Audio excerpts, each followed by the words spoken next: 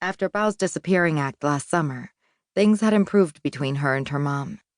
For a while. But Bao had quickly realized that accepting her mom's differences, as she had done while trapped in the endless throat of a magical void, was actually a lot easier than getting along with her in real life. Especially now that her mom was dating Aaron. Bao tried to ignore him, thinking of her dream the night before instead. Even a nightmare was better than this guy. She'd been walking through a dense pine forest, a weird green light filtering through the trees. The road she'd walked was long and straight, and at the end of it was a silhouette she'd somehow known was her dad. It made sense, Bao thought, that she hadn't seen his face. She hadn't seen her dad in real life since she was 4 years old. Her mom never even talked about him. But in the dream, Bao had run toward him anyway, like he was coming home from a long absence and she couldn't wait to throw her arms around him. Of course, she hadn't made it that far.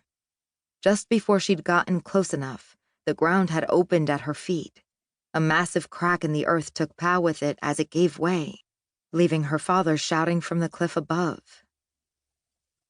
After waking from a nightmare like that, shaking and sweating, was it any wonder Pao didn't want to spend the evening fake smiling over greasy food with a total imposter?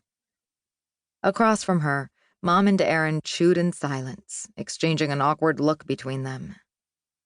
Bao could have made it easier for her mom, she knew, but right now that was the last thing she wanted to do. Why would she want to help someone who hadn't even noticed that her daughter was suffering the after effects of one of her notorious nightmares, the kind she had experienced ever since she was little and had led her to enter a magical rift to fight a legendary ghost? Her mom was supposed to be highly attuned to this stuff. She always had been before. But tonight she'd just told Pao to get a handle on her hair and wear a clean shirt, like it mattered how Pao looked for this totally inappropriate ordeal.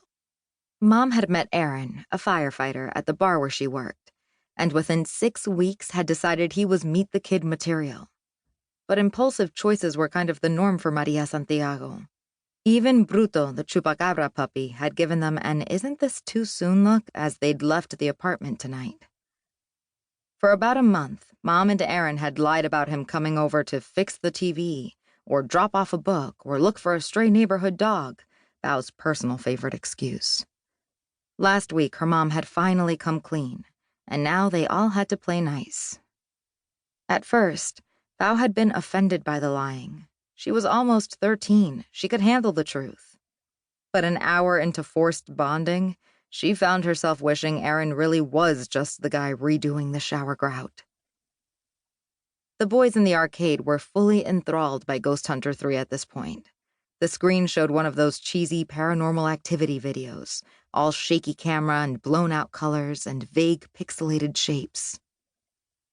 Bao remembered a time when it would have been her and her 2 best friends, Emma and Dante, crowded around the machine. Dante would have been effortlessly good, Emma hilariously bad, and Bao in the back, refusing to play, mocking people for believing in ghosts.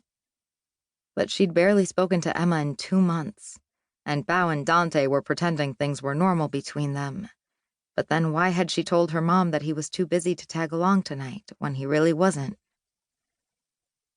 Not even science held her in the same thrall these days.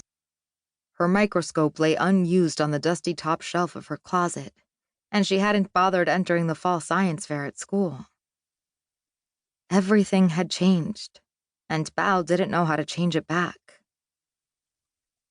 "Oh, that game looks scary," Aaron said, snapping Pao out of her moody thoughts. "I'm not sure I could play it. Probably give me nightmares." This time, Bao really, really couldn't help it. The scoff took over. It used her body as an unwilling host, like rabies in the brain of a raccoon, and a pfft sound escaped her lips. All Pao could do was hope no one heard it. But, of course, her mom had laser-focused on her the moment Aaron had said nightmares. In terms of death glares, La Llorona had nothing on Bao's mom.